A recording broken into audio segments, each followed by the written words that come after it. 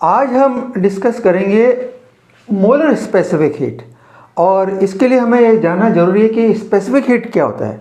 ये वैसे हमने पिछली क्लास में डिस्कस कर लिया था, लेकिन फिर भी मैं आपको रिवाइज करा दूं कि जैसे मान लिए अगर मैं दो अलग अलग सब्सटेंस लेता हूं और उनका यूनिट मास लेता हूं तो और उनको मैं यूनिट हीट देता हूं, तो आप देखते हैं कि दोनों का टेम्परेचर अलग अलग बढ़ता है। इसका मतलब मैं ये कह सकता हूं कि हर एक मास का, यूनिट मास का, उसका टेम्परेचर 1 डिग्री बढ़ाने के लिए हमें अलग अलग हीट चाहिए। दैट मीन्स उस हीट को हम बोलते हैं specific heat. So specific heat we can define the amount of heat required to increase the temperature of 1 kg of substance through 1 kelvin, और इसकी ऐसा यूनिट होती है जूल पर केजी पर केल्विन। और ये स्पेसिफिक हीट हमने देखा था कि it is govern by nature of material and its temperature. और ये आप अपने डे टू डे लाइफ में भी ऑब्जर्व कर सकते हैं। जैसे मान लिए कोई वाटर बॉडी है, चाहे वो बकेट में हो, चाहे तालाब में हो, चाहे रिवर में हो, आपने देखा होगा कि उसका जो पानी है, पानी का टेम्परेचर हमेशा सराउंडिंग एयर से या अर्थ से कम होता है। आपको ठंडा महसूस होता है पानी। क्यों? क्योंकि आपने देखा कि अगर जो वाटर की स्पेसिफिक हीट है 4168 जूल, दैट मीन्स उसको 4168 जूल चाहिए वाटर को फॉर 1 डिग्री राइज करने के लिए टेम्परेचर, जबकि अर्थ की या एयर की will be somewhere around 800 joule. So that means for the same heat earth का टेम्परेचर ज़्यादा बढ़ेगा as compare to water. So this proves that it is based on the material. और टेम्परेचर का भी हम देख सकते हैं कि जैसे specific heat of water at a normal room temperature will be different than the specific heat of water at a very close to the boiling point. So we can say that it is also depending on the temperature.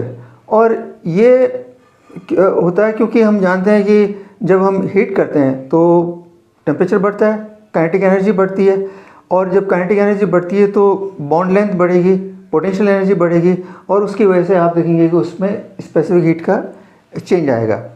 और इसको हम molecular के picture के basis पे भी हम justify कर सकते हैं। Specific heat is due to translational velocity, due to rotational motion, due to vibrational motion. और हम जैसे जैसे हीट देते हैं तो आप देखिए कि जब इनिशियली जब टेम्परेचर कम होता है तो कोलिजन भी कंपेरेटिवली कम होगा। So collision energy is not able to affect the rotational motion. लेकिन जैसे जैसे टेम्परेचर बढ़ता है तो collision is able to affect the rotational motion. So rotational motion और वाइब्रेशनल मोशन की एनर्जी बढ़ जाती है। So that is why the specific heat with the temperature increases. और ये मैंने यहाँ पे शो किया है ग्राफ के अंदर भी। देखिए स्पेसिफिक हीट वर्सेस केल्विन, मैंने एक ग्राफ ड्रॉ किया है, copper versus silver.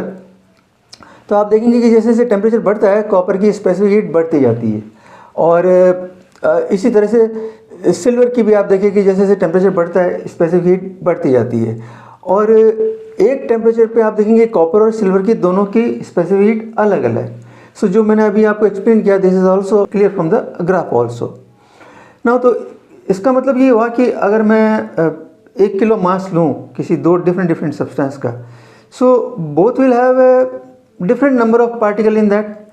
That means जो स्पेसिफिक हीट है ये based on not on the mass but it is based on the number of particle in the given mass. क्योंकि हम thermodynamics से जब स्टडी करते हैं तो number of particles become more important for us. तो अगर मैं हर एक सब्सटेंस का 1-1 किलो मास लेता रहूँगा तो number of particle will be different, और so that will not represent the correctly the thermodynamic system. So that is why we have to go for a mole, because एक मोल में जो number of particle है किसी भी object के, so they will be the same and they are given by the Avogadro's constant, that is equal to 6.022 × 10⁻23 particle per mole. तो चाहे मैं सॉलिड का मास लूँ 1 kg या लिक्विड का लूँ या गैस का लूँ, number of particle in that will be the same, and that is why we define molar specific heat which is nothing but it is the amount of heat required to increase the temperature of 1 mole of substance through 1 Kelvin, और इसकी ऐसा unit होगी joule पर मोल पर kelvin. Similarity of molar specific heat for a different solid, इस basis पे ड्यूलोंग and petit ने experiment किया था एंड दे फाउंड कि जब उन्होंने अलग अलग सॉलिड लिए तो उन्होंने देखा कि उन सब की जो स्पेसिफिक हीट निकलती थी which was same and that was equal to 3R. R means R is the universal gas constant. जब वो एक्सपेरिमेंट कर रहे थे R was not defined because kinetic theory of gases उस टाइम इतनी डेवलप नहीं हुई थी. For what they found was that molar specific heat of many solid was around 25 joule per kelvin और बाद में ये this is equal to the 3R. So this is what the graph I have shown here.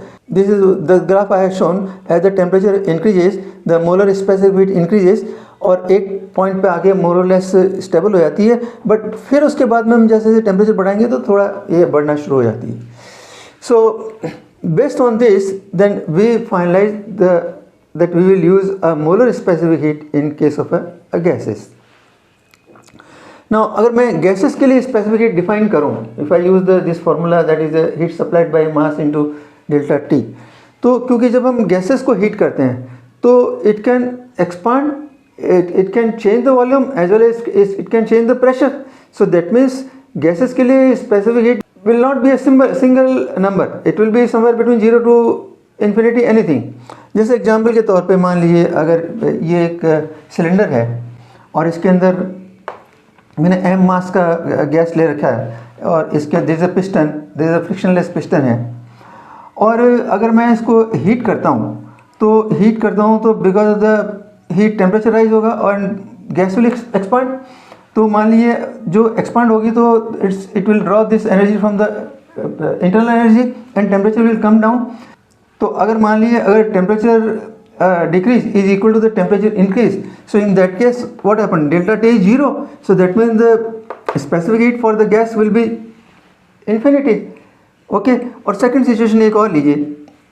Suppose मान लीजिए मैं अगर piston को push करूं and if I do a work on this, तो आप देखेंगे कि इसके मॉलिक्यूल इससे कोलाइड करेंगे and they will get acceleration और since they are already moving in a random direction तो उनका kinetic energy will increase. So when kinetic energy increase होगी तो इनका टेम्परेचर बढ़ेगा as I push the piston down without giving a heat. So that means when the heat is 0 still the temperature is changing. So that means in this case it will be the 0. So that means specific heat of this gas can be anywhere between 0 to infinity. तो अब मेरे को choice करनी है कि मुझे किस condition में इसको स्पेसिफिक हीट को डिफाइन करना है. और क्योंकि गैसेज जनरली दे एक्सपांड और दे change the pressure, that means they change the volume and the pressure. So what universally everyone has decided कि we will follow a two specific heat, two condition of the gases and two specific heat of the gases. One is called molar specific heat at a constant volume. That means I'll keep a volume constant. For example, here I'll keep a volume constant. This is a piston, fixed piston, and provide the heat and note down the temperature. So the amount of heat required to raise the temperature of 1 mole of gas through 1 degree centigrade or 1 Kelvin at constant volume will be called CV. That is called the specific molar specific heat of gas at a constant volume. इस process को actually बोलते हैं isochoric, जो हम detail में बाद में पढ़ेंगे. सो दैट मीन्स जब मैं इसको हीट करता हूँ तो नेचुरली इसकी इंटरनल एनर्जी बढ़ती है और टेम्परेचर बढ़ता है, क्योंकि हम जानते हैं temperature is proportional to the internal energy. So what I can say जब मैं कॉन्स्टेंट वॉल्यूम पे जब मैं हीट प्रोवाइड करता हूँ is proportional to the delta T. For changing this proportional distance I can say that heat provided at the constant volume will be equal to CV into change in the temperature. और अगर मुझे इसको CV को in terms of gas constant लिखना है तो I can write this as FR/2 where R is the universal gas constant and F is the degree of freedom. Degree of freedom से मतलब है कि मॉलिक्यूल कितने तरह से कितने वे में एनर्जी स्टोर कर सकता है, that is the F. इसी तरह से सेकंड जो हमने डिफाइन किया molar specific heat for the gas was when the pressure is kept constant. Okay. That means अगर मान लीजिए मैं इसी एग्जांपल में अगर मैं प्रेशर कांस्टेंट रखूं तो क्या होगा, the volume will expand. Okay. And the work will be done by the gas. So under that case the energy required will be the amount of heat required to raise the temperature of 1 mole of gas through 1 degree centigrade at a constant pressure is called Cp और the molar specific heat at a constant pressure. So ये दो तरह की specific heat, molar specific हमने define की for the gas, और इस process को हम बोलते हैं आइसोबैरिक। मैं अप्लाइंग द सेम लॉजिक अगर हम देखेंगे तो the heat provided I can write proportionate to the change in temperature, delta Qp is equal to Cp delta T, or in terms of a gas constant I can write Cp is equal to F plus 2 multiplied by R divided by 2.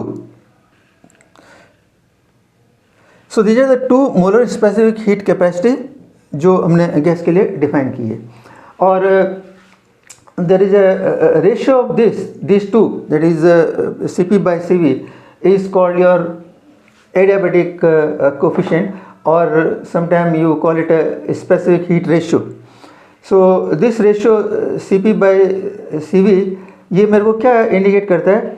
ये मेरे को indicate करता है कि पहली बात तो अगर मैं इसको रेशियो को अगर मैं यहाँ डिफाइन करूँ तो आप देखेंगे it will be 1 + 2 by f. So that means अगर f कम है, that means degree of freedom कम है, तो this ratio will be more. Okay, so that means इस रेशियो से मुझे एक आइडिया लग सकता है कि given gas is monoatomic, diatomic और ट्राइएटोमिक. सो क्योंकि अगर ये रेशियो ज़्यादा है that means gas is a monoatomic. Okay, so that's the one thing.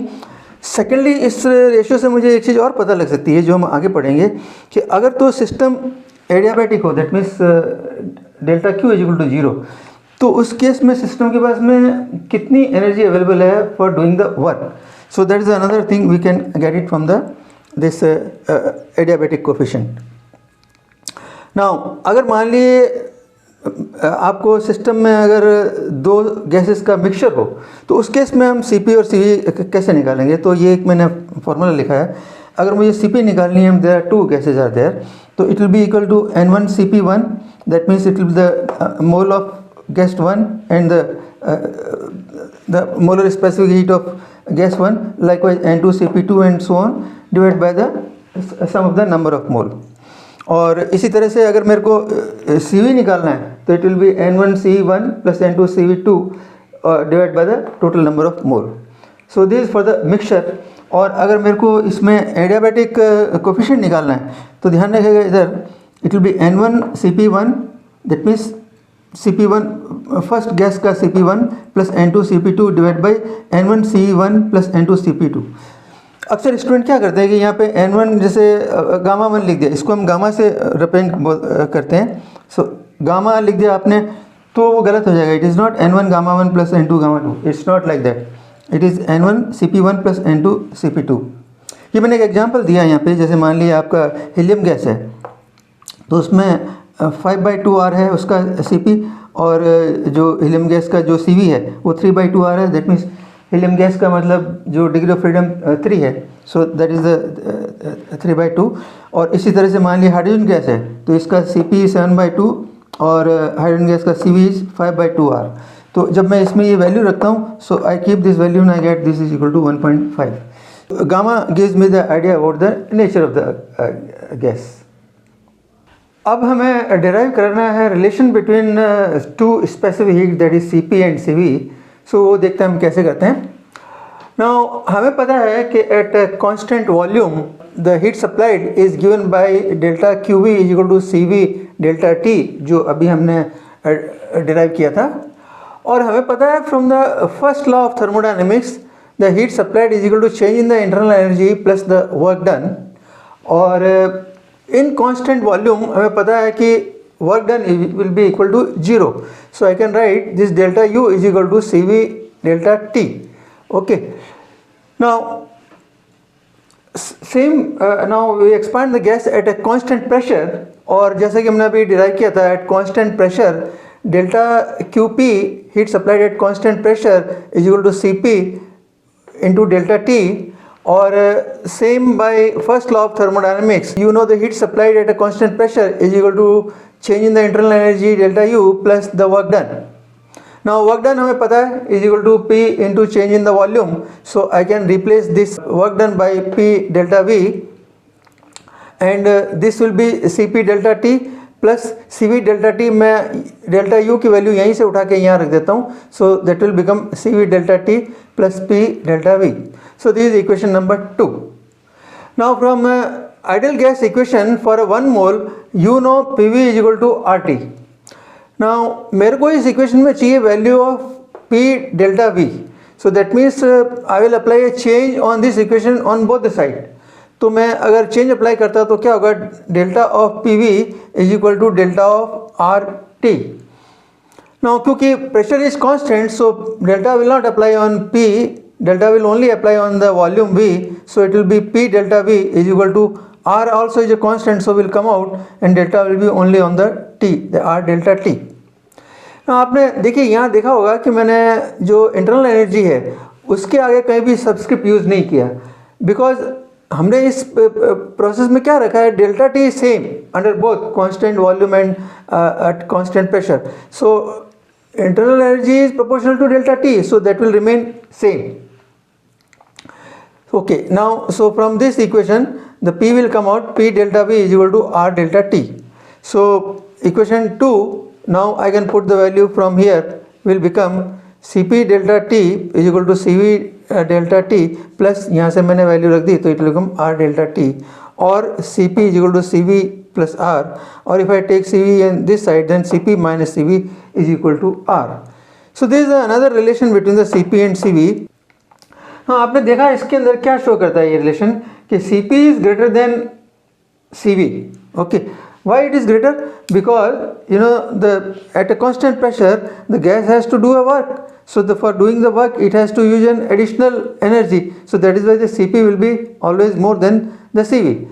So Cp will be always greater than Cv, और ये मैंने लिखा है the Cp is greater than Cv because at constant pressure work is done by the system on surrounding, while at constant volume work done remain 0. Now this is all about the molar specific heat. I close it here. और my again to advise कि आपको जो कुछ भी नया लगा इसमें वो नोट करिए and subscribe my channel. Thank you.